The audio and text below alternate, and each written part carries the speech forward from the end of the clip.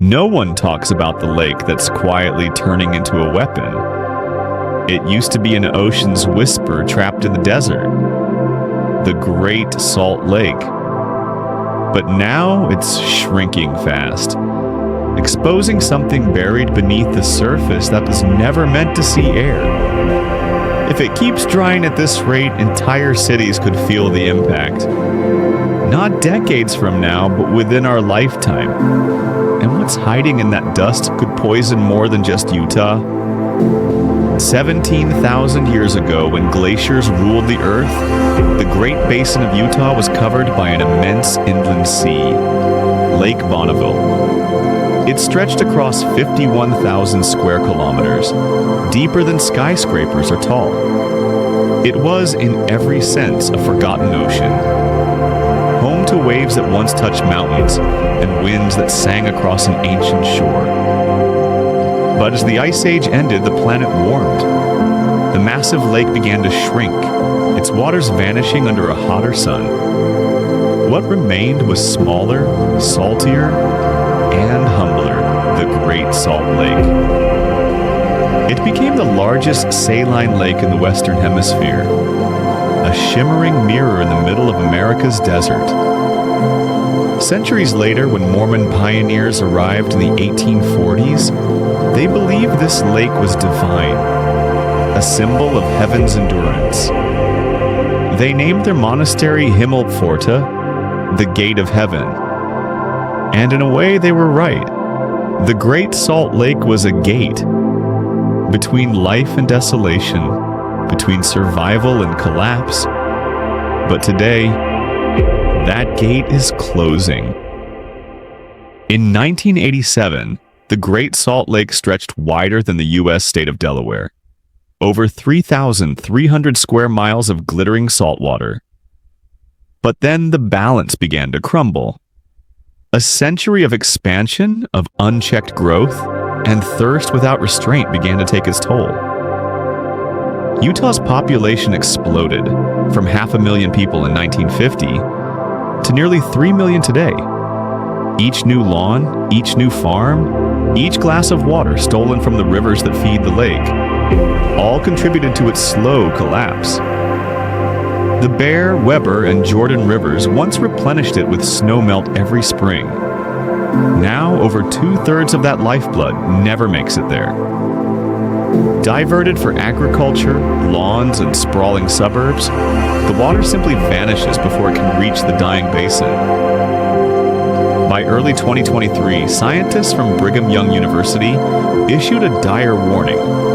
If nothing changed, the Great Salt Lake would cease to exist by 2028, a loss of over 71% of its surface area in just a few decades. And while record snowfall later that winter offered a brief reprieve, the truth remains: without human intervention, this lake will vanish. But the danger isn't just that America loses a lake. It's what that disappearance unleashes.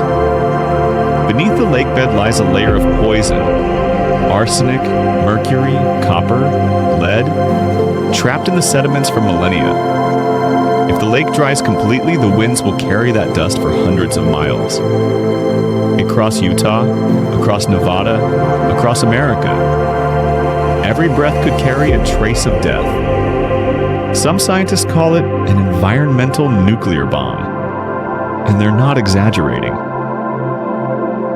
At first glance, Utah doesn't look like the stage for a national disaster. Its landscapes are beautiful, mountains, canyons, and skies that stretch forever. But beneath that beauty is a simple, devastating truth. Utah is running out of water.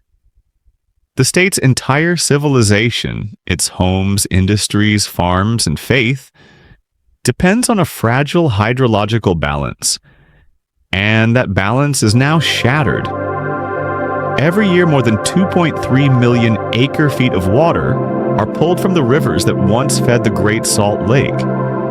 To keep lawns green, to grow crops in a desert, to sustain a dream that nature never promised. More than 70% of that water goes to agriculture. And more than 1/3 of that is just to grow alfalfa, a water-hungry crop mostly used to feed cattle. A crop that accounts for less than 1% of Utah's GDP, yet drinks more water than all of its people combined. Meanwhile, the lake continues to shrink. Its ecosystem, home to brine shrimp, migratory birds, and delicate microbial life, collapses with it. Tourism, mining, and even skiing begin to fade. And if it dies completely, Salt Lake City, home to over 1 million people, could become uninhabitable.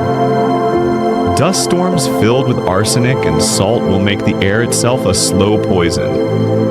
Homes will lose their value.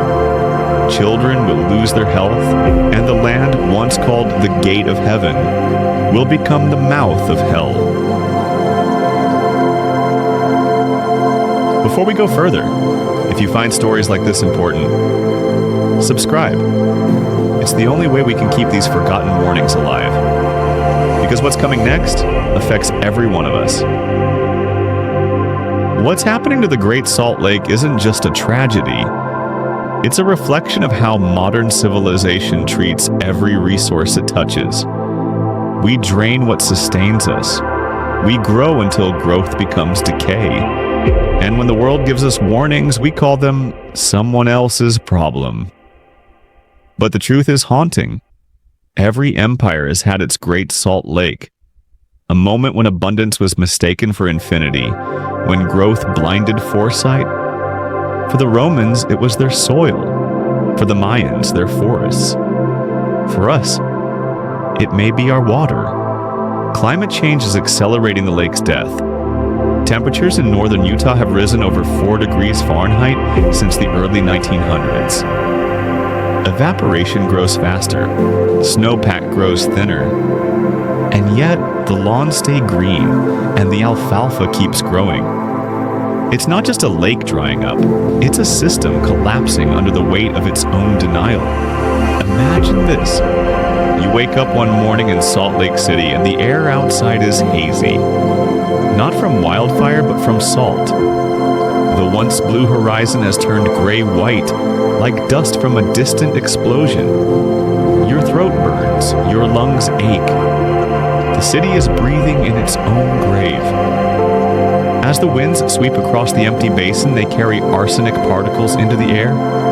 Invisible, deadly, irreversible. Each gust of wind, each dry storm becomes a weapon against the people who once lived in harmony with the lake. This isn't science fiction. It's already happening in smaller saline lakes around the world. From Owens Lake in California to the Aral Sea in Central Asia, those who live near them still speak of it like a curse. Crops failed, people left, entire regions turned to dust. And if nothing changes, Utah will join them. The Great Salt Lake doesn't just hold water, it holds history. And when it dies, part of that history dies with it. A warning buried under salt, ignored until too late. There's still time. But time moves like the wind across that empty desert. Fast, dry, unforgiving. Saving the Great Salt Lake means cutting human water use by more than half.